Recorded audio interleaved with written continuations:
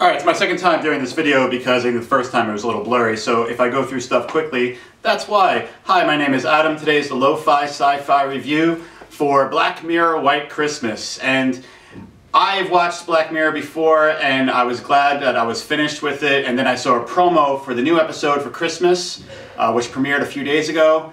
And when I saw that promo, I thought, oh, here we go again. I have to watch another one. I don't want to watch another one. They are bleak. They are depressing. But this is a Christmas episode. I think I'm going to watch it. And man, was I wrong.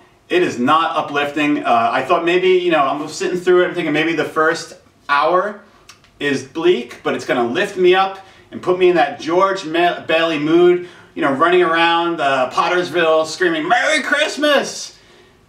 I had to make a cup of coffee because I was so depressed afterwards that I just needed some sort of perk.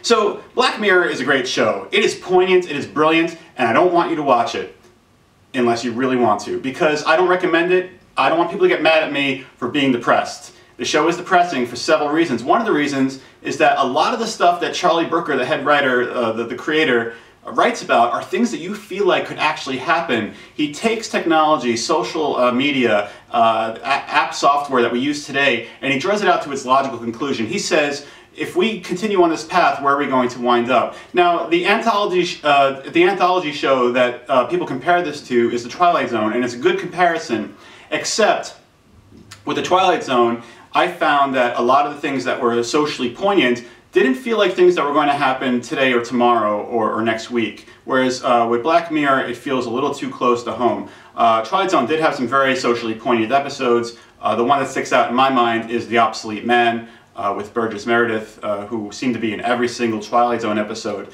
But Black Mirror is the Twilight Zone for our generation. And if you don't know the show, the reason why it's called Black Mirror is that Charlie Brooker said that these devices that we carry with us, these tablets, these phones, these computers, are black mirrors. And if you shut off your cell phone or your computer, look at it, you see your reflection, which I think is sort of part of what this show does. It shows us when you remove all the trappings of technology and then you put it back on. So this episode, without giving away too many spoilers, dealt with the idea of blocking people, which I've never done on social media before until a couple weeks ago. I blocked two people. I blocked one person because his posts had a lot of graphic imagery of brutality, and I was getting a little tired of seeing that. I mean, I know that I'm running away from reality, but he would constantly be blogging, the deaths of people in war zones and stuff, and I don't want to see that in my wind down hours. And the other person I blocked was constantly trying to invite me to do like Candy Crush and Bejeweled and things like that. I have no interest in playing these sort of like short, casual games. So for me, it was kind of poignant because I just started blocking my friends, which is weird. Why would you block people that are your friends? But this takes blocking to a whole other level. People become silhouettes in reality that you can't hear or interact with. And those silhouettes are truly, truly frightening. So it's Christmas themed, and it works very nicely how they work this song by Wizard, the 1970s Christmas song, I Wish Every Day Was Like Christmas, or I Wish Every Day Were Christmas, I forget the exact title. A song that people absolutely hate, as most Christmas music from the 70s is absolutely detestable. Simply Having a Wonderful Christmas Time by Paul McCartney. Dude, can we retire that, please? So he works in the title of the song and the sentiment it creates into his story, Charlie Brooker does, very nicely. So kudos for that. It's a British show. The lead actor in this episode is John Hamm, who seems to have an attraction for BBC shows. He was in The Doctor's Notebook a couple years ago with Daniel Radcliffe. And John Hamm is the perfect choice. He's pretty much Don Draper in a different line of work, and we need Don Draper in this role because he's sort of like this smooth salesman type guy who actually has a lot of lines that are Draper-esque. So it's a little bit of typecasting, but I'm okay with typecasting. Do what you're good at. And John Hamm is just so dashingly handsome and witty, and he'll sell you any used car that you don't want.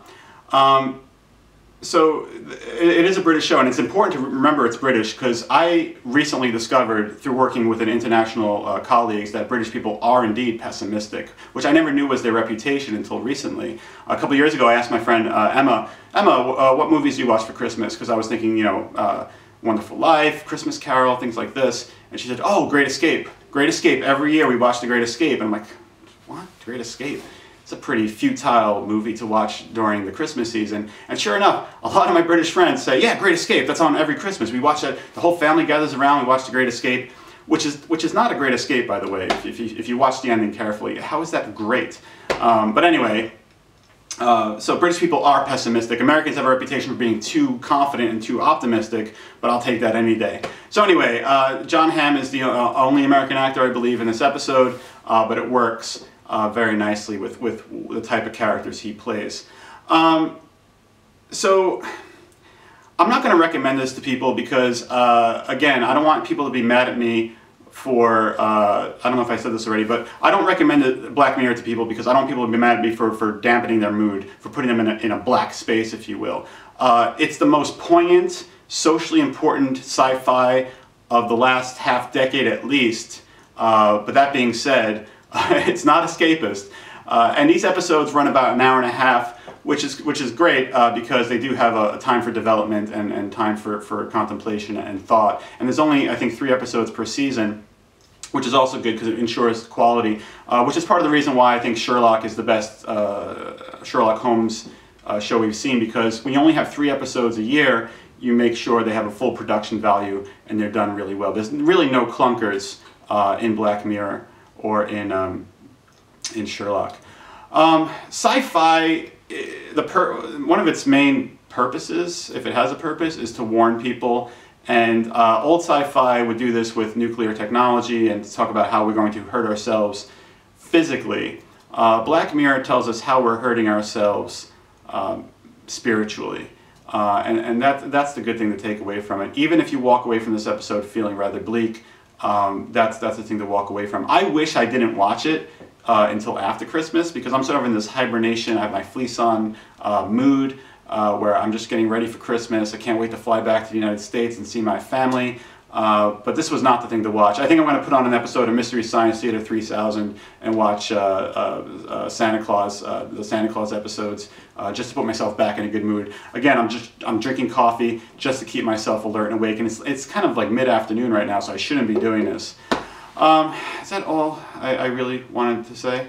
I guess so. I guess I should keep this review rather short because I don't want to give any spoilers. But if you searched it and found it on YouTube, you've probably seen it already, so what am I worried about? So just to conclude, great stuff that I don't recommend because it's harsh. So don't watch it, which will make people want to watch it more. Maybe I shouldn't do that. Okay, Merry Christmas everybody. I'll see you all in 2015. See you then.